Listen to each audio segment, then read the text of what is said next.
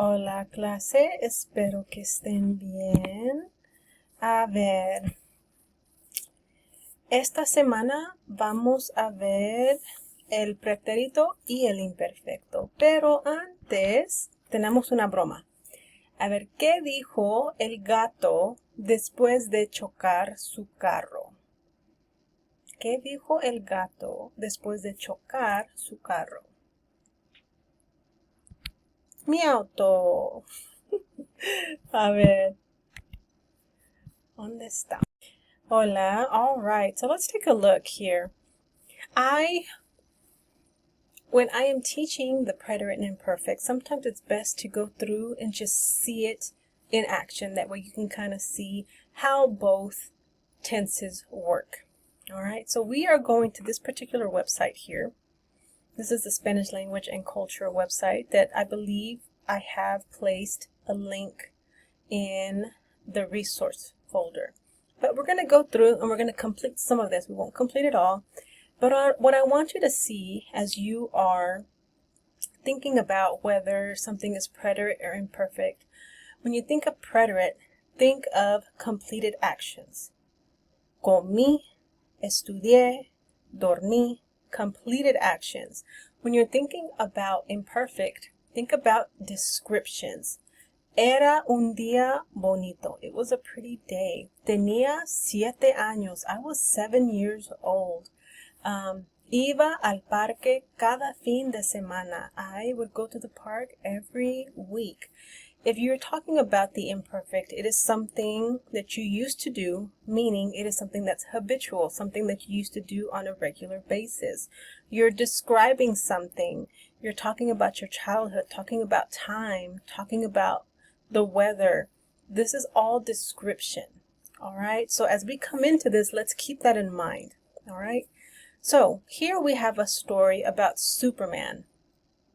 So here what I love about this website is it will provide both options. You will decide which one is correct, and when you click on one, it'll let you know why it's correct or incorrect.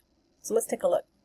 Cuando Kal-El fue o era joven, él vivió o vivía en el planeta Krypton. So let's see what this is trying to say. When Kal-El was young, he used to live on the planet Krypton. So now when he was young, description, right? Yes, it expresses age. Él vivió o vivía. Let's click on vivió just to see what it will do. No. And again, it's imperfect because it's a habitual action. It's where he used to be. All right. Pero un día, sus padres se despidieron de él y lo ponían en una nave espacial para salvarlo de la explosión de Krypton. But one day, his parents said goodbye to him and placed him in a special flying object to save his life from the explosion of Krypton. Pero un día, but one day, his parents said goodbye. This would be considered a completed action. Okay, and they placed him in this spaceship. So if they placed him, that means completed. They're not. It doesn't say were placing or was placing. They said placed. Y lo pusieron. All right. Después de un viaje largo, él llegaba a un pueblo en Kansas donde Jonathan y Martha Kent lo encontraron o encontraban. Let's take a look at the context of this sentence. After a long journey, he arrived in a town in Kansas where Jonathan and Martha Kent found him. So he arrived. Completed action. Where Jonathan and Martha Kent found him or were finding him. Which one makes more sense? I believe it'd be this one. Una acción terminada, yes. Ellos daban el nombre nuevo de Clark Kent. So they gave him or were giving him the new name of Clark Kent. Which one makes more sense here? I believe this one. Yes, a completed action. Clark quería mucho a sus padres adoptivos y siempre hizo o hacía muchos quehaceres para ayudarlos en casa. So Clark loved his parents, loved his adoptive parents, and always completed a lot of chores in order to help them around the house. Let's take a look at this one. Clark quiso o quería. If we put quiso, it says no. Quería, yes. It's an emotion. Again, it's more of a description. Still a description. He siempre, and he always, hizo o hacía. Hacía. Yes. Siempre implies habitual action. Okay. Clark tuvo o tenía un perro que se llamaba Crypto y se divirtieron o divertían juntos cada día. Now, just as in the previous sentence, siempre is a hint word that lets you know habitual. Here as well, cada día, every day, also lets us know that. So Clark tuvo or tenía. I'm going to go with tenía. Yes, the description. Un perro que se llamó o que se llamaba. So he had a dog whose name was. I'm going to push this one. Yes, click on this one. It is also imperfect description.